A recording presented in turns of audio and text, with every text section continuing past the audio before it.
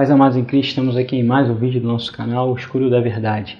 No vídeo passado nós falamos sobre uma introdução ao livro do Apocalipse. Nesse vídeo nós queremos falar sobre o Cordeiro de Deus.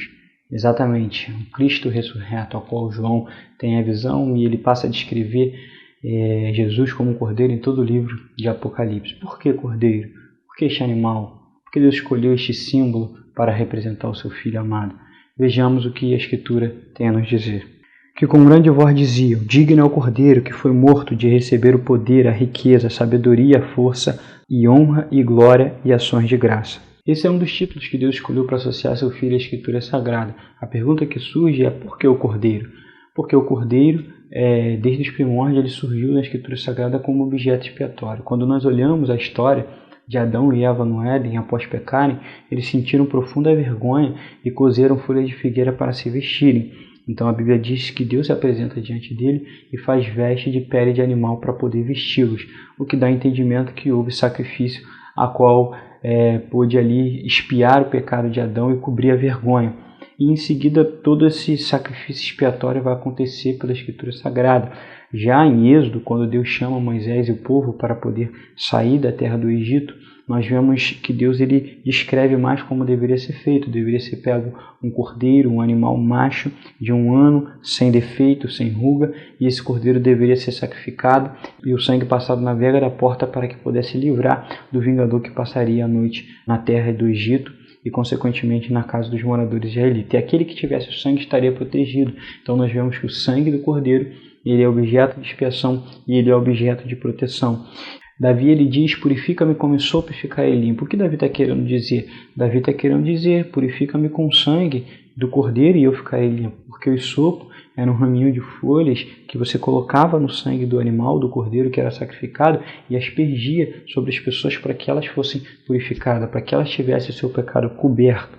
Em seu evangelho, o apóstolo João ele narra a história do mensageiro João Batista à beira do rio Jordão, pregando. João diz então: eis o Cordeiro de Deus que tira o pecado do mundo. Oscar Cumming, em seu livro Cristologia do Novo Testamento, ele nos fala coisas muito interessantes acerca como o Cordeiro de Deus pode estar relacionado com o servo do Senhor. É muito interessante, com o servo sofredor, a qual aparece em Isaías 53. Quando nós vamos lá em Isaías, capítulo de número 42, verso 1, nós vamos ver o servo do Senhor, e ali o texto diz: eis aqui o meu servo, a quem sustento, o meu eleito, a quem se compraz a minha alma. E foi exatamente essas palavras, bem parecidas, ou essas mesmas palavras que Deus disse para Jesus, quando este foi batizado e o Espírito Santo pousou sobre ele em forma corpórea de uma pomba. Deus disse: esse é o meu Filho amado, a quem se compraz a minha alma. Qual é a relação entre o servo do Senhor e o Cordeiro de Deus?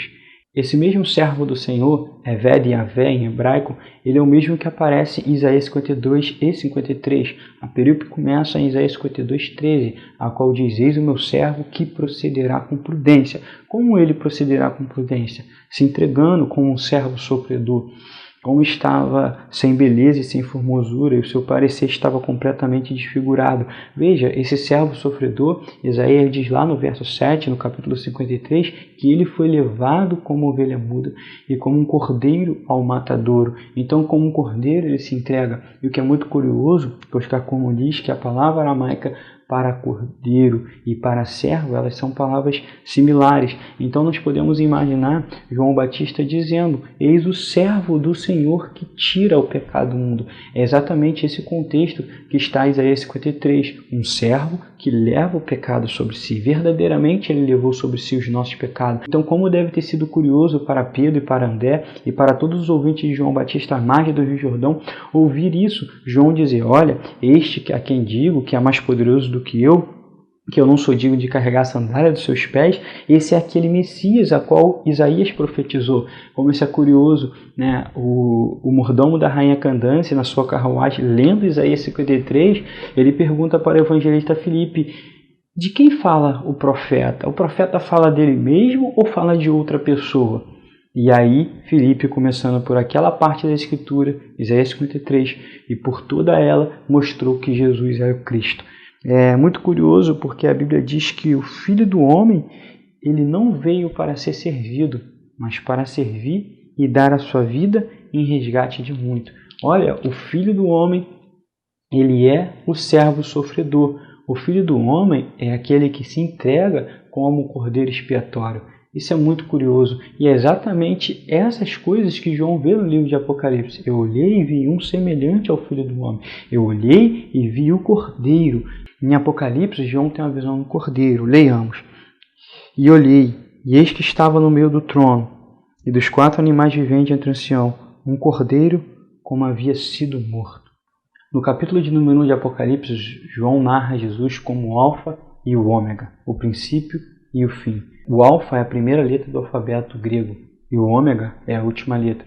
João também poderia ter dito, eu sou o Aleph, eu sou o Tav, que são a primeira e a última letra do alfabeto hebraico. Ou talvez para que nós que falamos português possamos entender, eu sou o A e eu sou o Z. O que ele quer dizer com isso? Ele quer dizer que o Cordeiro de Deus, Cristo, ele é toda história, toda palavra, ele é o verbo de Deus. O verbo se fez carne e habitou entre nós. Toda história, sem ele nada do que foi feito se fez. Toda história passa por ele, permeia ele. Ele é o início e ele é a conclusão. O que é interessante é que Apocalipse capítulo 1 ele está totalmente baseado em Daniel capítulo de número 7. É como se fosse uma Mishnah, como se fosse uma explicação de Daniel, capítulo de número 7. Veja, João está completamente baseado naquele capítulo. João diz que vê um semelhante ao Filho do Homem que anda entre 7 castiçais. E ele começa a descrever como é a característica desse Filho do Homem. E lá em Daniel, olha o que nós podemos ler. E eu estava olhando nas minhas visões da noite, e eis que vinha nas nuvens do céu um como Filho do Homem.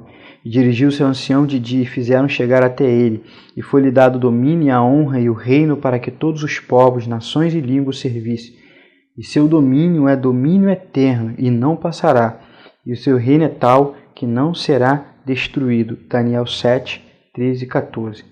É interessante nós olharmos que quando Nicodemos foi visitar Jesus à noite, Nicodemos então tem uma longa conversa com Jesus. Mas Nicodemos sai convicto de uma coisa, creio eu. Jesus disse a Nicodemos, olha Nicodemos, ninguém subiu ao céu, senão aquele que desceu do céu, o Filho do Homem que está no céu. Lá em João capítulo 3, verso 13. Eu creio piamente que Nicodemos saiu daquele encontro com Jesus tendo a plena convicção que Jesus era o Filho do Homem de Daniel 7. Porque Nicodemos ele era um estudioso da Torá e ele conhecia bem cada parte da Escritura. Então, quando Jesus disse ser o Filho do Homem, é claro que ele trouxe à sua mente esse versículo que lemos em Daniel 7. A visão de João, quando ele é arrebatado no dia do Senhor e vê o Filho do Homem, é que ele tinha cabelos brancos como a neve. Isso mostra a sua igualdade com o ancião de dias. João também diz que ele tem olhos como chama de fogo. Sim, o Cordeiro ele conhece todas as coisas. Em outra parte do Apocalipse, João diz que o Cordeiro ele tem 7 olhos. E os 7 olhos são os 7 Espíritos de Deus que vão por toda a terra. Então o Cordeiro ele é onisciente, ele conhece todas as coisas.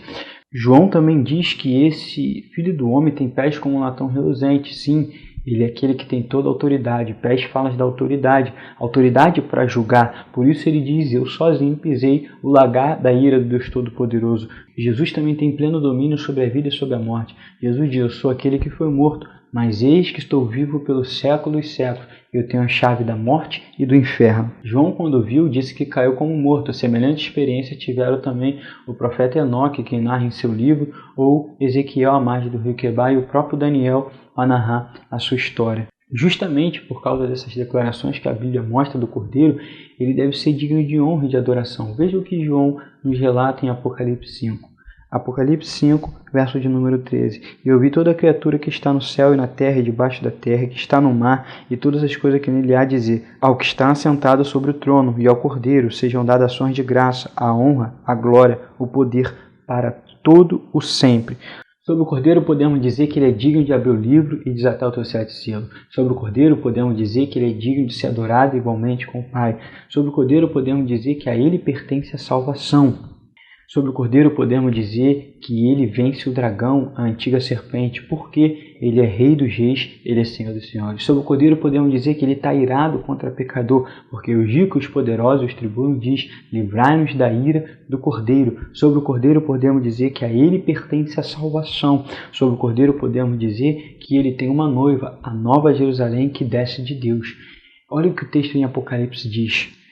Nunca mais terão fome, nunca mais terão sede. Nem sol nem calma alguma cairá sobre eles, porque o Cordeiro que está no meio do trono os apacentará, ele servirá de guia para a fonte das águas da vida, e Deus limpará dos seus olhos todas as lágrimas. Todos aqueles que se reconhecem como pecador e reconhecem Jesus, o Cordeiro de Deus que tira o pecado do mundo, serão chamados por esse consolo eterno, para fazer parte das bodas do Cordeiro.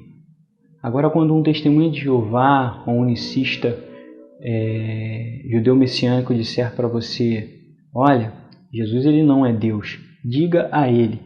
Jesus disse, eu sou o alfa e eu sou o ômega, eu sou o princípio, eu sou o fim. Sem ele, nada do que foi feito se fez. Isso inclui ele mesmo, como diz Santo Agostinho em seu livro A Trindade. Inclui o próprio Jesus, porque todas as coisas foram criadas por meio dele. Ele é digno de adoração igualmente com o Pai. Por isso a Escritura dizem, beije o Filho para que o Pai não se ire. Honre o Filho como honra o Pai igualmente, porque aquele que tem o Filho tem a vida. Quem não tem o Filho, a ira de Deus sobre ele permanece. É uma pergunta que eu deixo para você nesse dia. Você já tem o Filho de Deus como Cordeiro que expia o seu pecado, como Cordeiro que pertence à salvação? Precisamos lembrar que um dia Jesus ele se tornou o Cordeiro de Deus que tira o pecado do mundo. Ele se pôs diante da ira do Deus Todo-Poderoso para poder apagar pecados e salvar um povo. E João diz, com seu sangue compraste povos de toda tribo, língua e nação. E eu te pergunto hoje, você já tem o Cordeiro de Deus que tira o seu pecado?